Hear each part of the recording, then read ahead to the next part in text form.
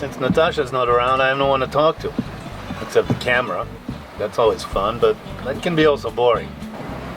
I know who I can talk to. Galopin. He's my best bud here, so let's see what he thinks. Galopin, what do you think of the conditions? Oh, the conditions are super. I love to go with the wind.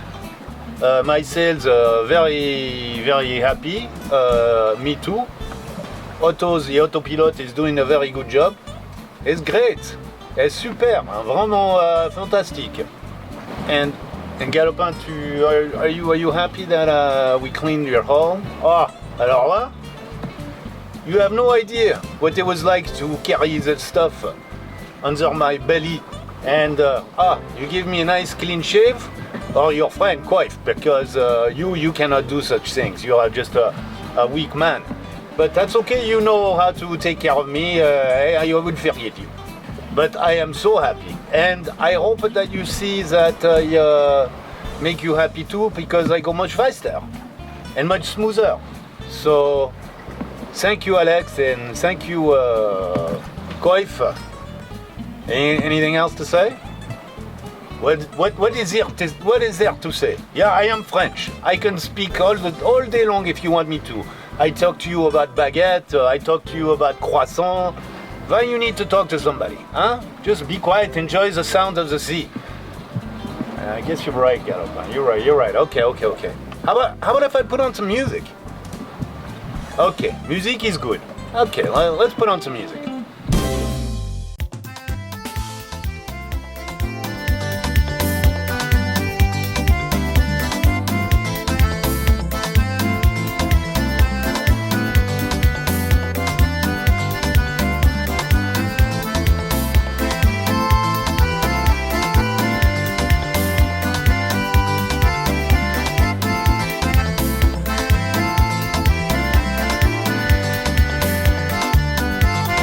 Yep, when you're alone at sea, you're free to do whatever.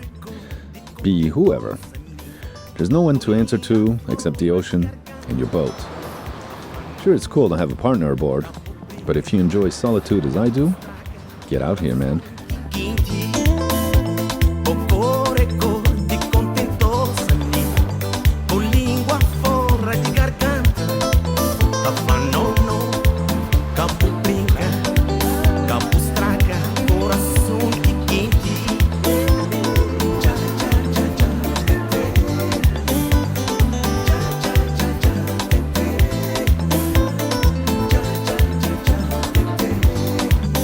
Well, here we are in Sal Rei, which means Salt King, because there used to be a lot of salt industry here. And I see my friends Juan and Nadia, as well as another boat from Mindelo, Jao. So we're going to try to find a spot to anchor here amongst these sailboats.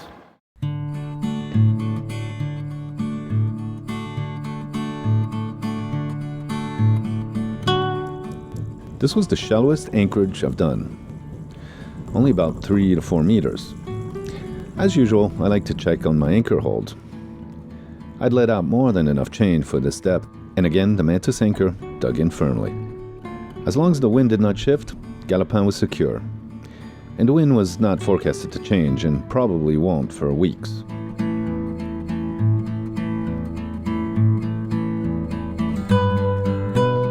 This is my snubber system for now, and it's been working pretty well. I'm amazed how fast stuff grows on the hull. My swing keel was up, which gives me a draft of just 1.5 meters. Perfect for here. I noticed a chain and followed it. It was hitched to an anchor, which wasn't dug in as well as my mantis. It was my friend Juan's. He had nearly 100 meters of chain, it seemed. Well, he had to hold his 30-plus ton wooden boat. So all was good underneath. Above, it was another story. Galopin needed a good rinsing.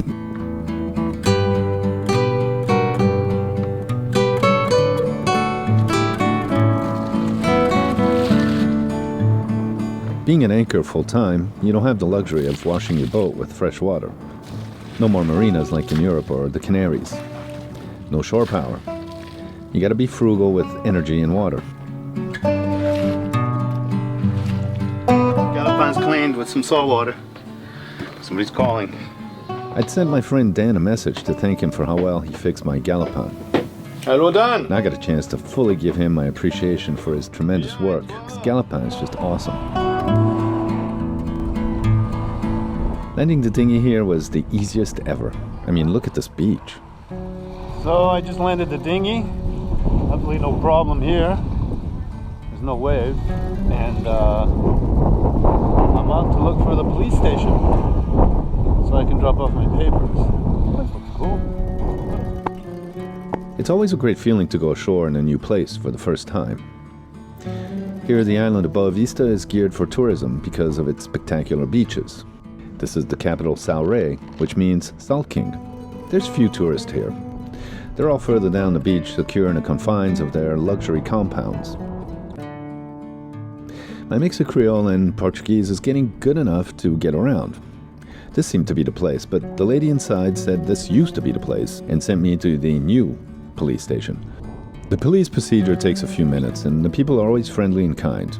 I continued to wander around town to get that first feel of the place. Scout out the grocery stores, bank machines, etc. Just down the street from the beach, I see familiar faces outside a bar. It's Juan and Nadia, whom I know from Mindelo. Here, the friends. Juan. Ciao and ciao. Beautiful Nadia. Of course, I have to have a stumperot. Juan is Spanish, so I have to switch to Espanol, which gets confusing. But we managed to banter anyway. Eventually, they went back to their boat. I stayed, drank more, played foosball with this guy named Lo, who later invited me to his home to meet his family, feed me dinner, and escort me back to my dinghy. Totally cool.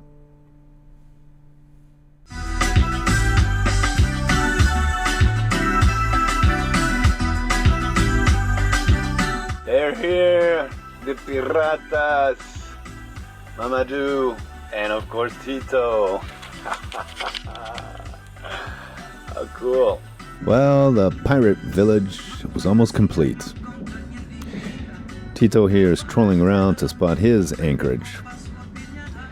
And then I could go and greet my pirate buddies. I took them in my dinghy to shore to drop off their papers. But before that, they wanted to eat, because they were hungry from sailing all night. Mamadu has a house here and knows a lot of folks. He took us to his neighbourhood called Barak. This place started as a jumble of makeshift houses for the workers building the hotel several years ago. Now it's a full-blown community of more than 2,500 inhabitants. The government tolerated the shantytown, but now has put in building guidelines, and running water and sewage is just about to be available to the residents.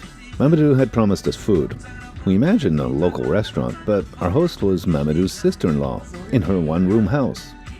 She and her friend made us rice, chicken, yams, and potatoes. We did not pay a cent. I love this kind of exploring, especially when your friend is your guide and host. Mamadu showed us his house, just one room. His brother was living there, and to Mamadu's surprise, he had a new TV in bed. He now knew why his brother had not paid the rent. Mamadu was due a few free lunches.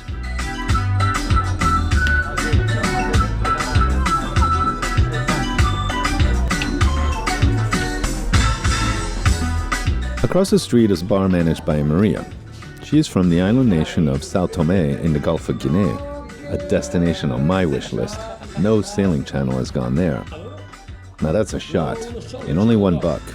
I was still nursing a hangover and watched Tito gradually drink into a stumperot stupor. I hesitated and had one, but waited until the night after to join Tito full on. We went out for a Barak Saturday night. We were the only white dudes, which is an advantage.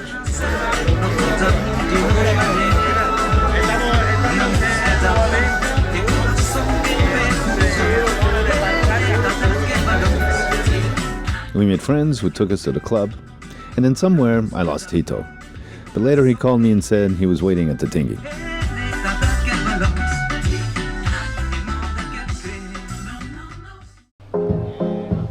Patosha, e carga music. Let's go. I did not expect Boavista to be so cool. The anchorage is great, town is mellow, and the people friendly. It's a little more expensive due to tourism, but still has a cool vibe. This beach bar is just in front of our anchorage.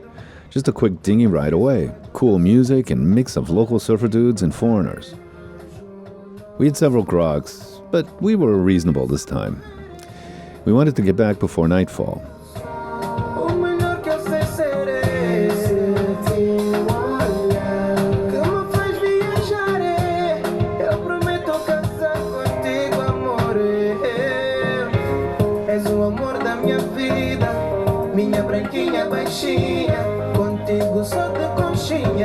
We made a quick stop to organize a beach barbecue with Juan and Nadia.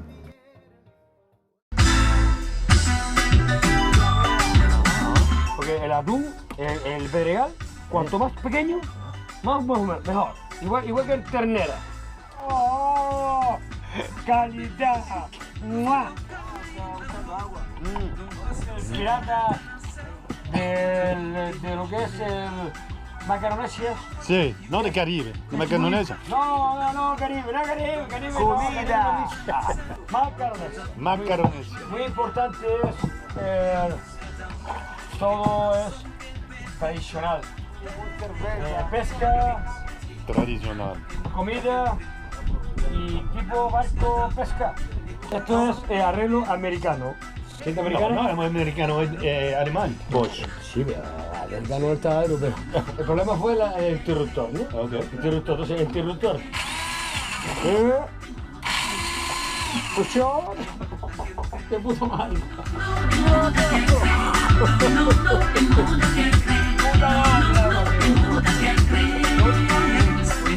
Next thing you know, we're here on this island beach. It's an island that's just off the coast of the main island. There's a makeshift barbecue pit under the shade of the few trees. The pirate gang was all here.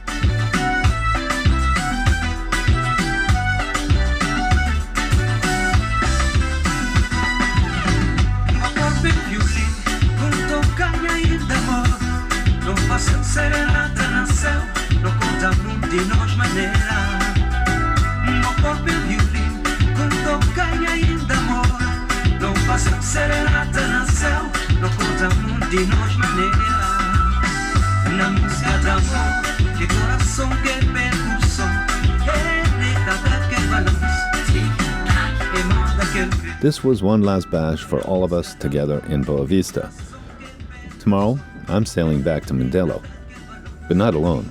You're rarely alone when solo sailing.